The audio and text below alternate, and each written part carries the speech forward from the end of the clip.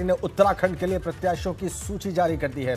आम आदमी पार्टी ने उत्तराखंड के लिए 24 उम्मीदवारों की लिस्ट जारी कर दी है। जी हां, कर्नल अजय कोटियाल गंगोत्री से चुनाव लड़ेंगे और इसकी घोषणा मनीष सिसोदिया पहले ही कर चुके थे। यह तय था कि वो गंगोत्री सीट से विधानसभा चुनाव लड़ेंगे, लेकिन आज आम आदमी पार्टी ने 24 उम्मीदवारों की अपनी पहली लिस्ट उत्तराखंड के लिए जारी कर दी। कर्नल अजय कोटियाल जैसा कि पहले से तय था गंगोत्री सीट से चुनाव लड़ेंगे। घनसाली सुरक्षित सीट से विजय शाह चुनाव लड़ेंगे। इसके अलावा हम आपको बताएं, प्रशांत राय BHEL रायपुर। उत्तराखंड विधानसभा चुनाव से जुड़ी बड़ी खबर इस वक्त एबीपी गंगा आपको दे रहा है। आम आदमी पार्टी ने उत्तराखंड के लिए अपने 24 प्रत्याशियों की सूची जारी कर दी है। बड़ी खबर, मंगलौर से नवनीत राठी को टिकट दिया गया है। कर्नल अजय कोटियाल हम सब जानते थे। घनसाली सुरक्षित सीट से विजय शाह चुनाव लड़ेंगे। पौड़ी से मनोहर लाल पहाड़िया को टिकट दिया गया है। तो ये बड़ी खबर इस वक्त उत्तराखंड से। ये देखिए आप, टिकट गंगोत्री से कर्नल अजय कोटियाल मैदान में, घनसाली से विजय शाह, विकासनगर से प्रवीण बंसल, राजपुर रोड से डिंपल सिंह। ये वो उम्मीदवार हैं आम आदमी पार्टी के जो आज घोषित कर दिए गए इन सीटों से। कुल 24 उम्मीदवार घोषित किए गए हैं आम आदमी पार्टी के द्वारा और इसमें उनके CM candidate colonel Ajay Kotiyal जो है वो भी है। गंगोत्री सीट से उनको घोषित किया गया है और इस बारे में पहले ही सूचित किया जा चुका था। पंकज राणा हमारे संवाददाता फोन लाइन पर जुड़ गए। पंकज, इस लिस्ट में आप और क्या खास बात देख रहे हैं?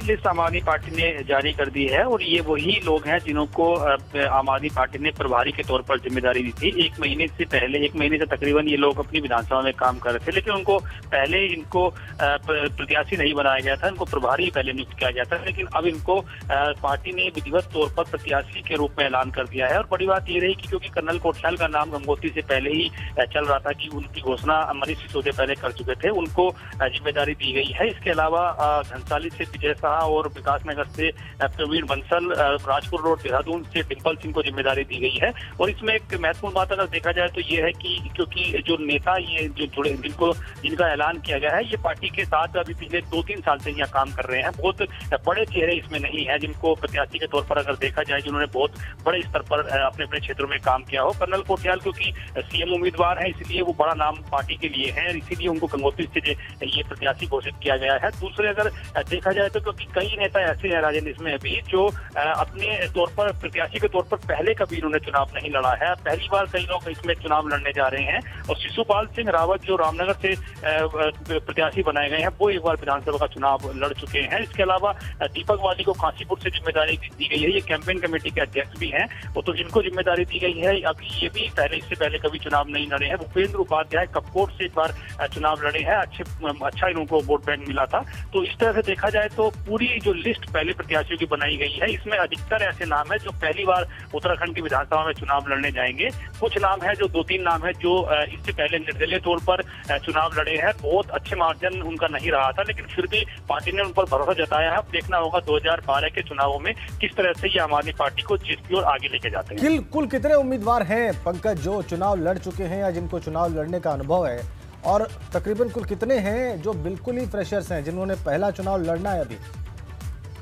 देखिए, 24 प्रत्याशी में से अगर देखा जाए तो तकरीबन इसमें 5 से 6 लोग ऐसे होंगे जो पहले चुनाव लड़ चुके हैं, और बाकी जो लोग हैं ये अधिकांश लोग फ्रेशर ही हैं और ये पार्टी से किसी चुनाव नहीं लड़े हैं। निर्दलीय तौर पर इन्होंने यहाँ पर अपनी किस्मत आजमाई थी, 2012 के चुनावों में हो या फिर 2017 के चुनाव में हो। अधिकांश जो लोग हैं तो ये अधिकांश लोग पहली बार उत्तराखंड में विधानसभा चुनाव लड़ने जा रहे हैं। और क्योंकि आम आदमी पार्टी ने दिल्ली के फार्मूले को यहाँ अपनाने की कोशिश की है, क्योंकि पार्टी का ये भी कहना है कि बहुत बड़ा चेहरा उनके साथ क्योंकि जुड़ा भी नहीं है और कई बार कोशिशें भी पार्टी कर रही है, लगातार दावे भी कर रही है, उनके साथ कई नाम है, लेकिन कोई नाम न जोड़ने की वजह से फिर पार्टी को अंत में ये पहली सूची घोषित कर दी है। क्योंकि 1-2 दिन में उत्तराखंड में आचार संहिता लग जाएगी, फिर आगे की प्रक्रियाएं शुरू हो जाएंगी। उस लिहाज से देखा जाए तो दिल्ली के फार्मूले को आम आदमी पार्टी ने उत्तराखंड में आजमाने की कोशिश की है, क्योंकि नए चेहरे हैं, नए रूप में ये काम करेंगे और इनमें ऐसे बहुत बड़ा ऐसा नाम नहीं है जो जिसमें प्रत्याशी पूरी विधानसभा लोकसभा क्षेत्र में ही लोग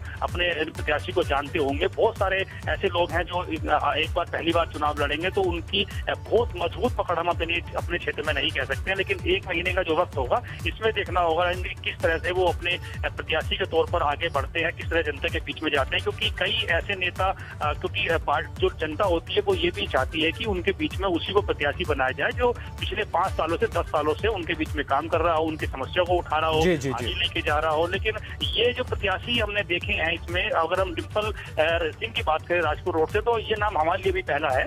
हमने भी बहुत बार इनको नहीं देखा है उस क्षेत्र में। तो ये तमाम ऐसी चीजें इस लिस्ट में बहुत धन्यवाद आपका पंकज इन तमाम जानकारियों के लिए। तो बड़ी खबर यह है कि आम आदमी पार्टी ने 24 उम्मीदवारों की उत्तराखंड में अपनी पहली लिस्ट जारी कर दी है।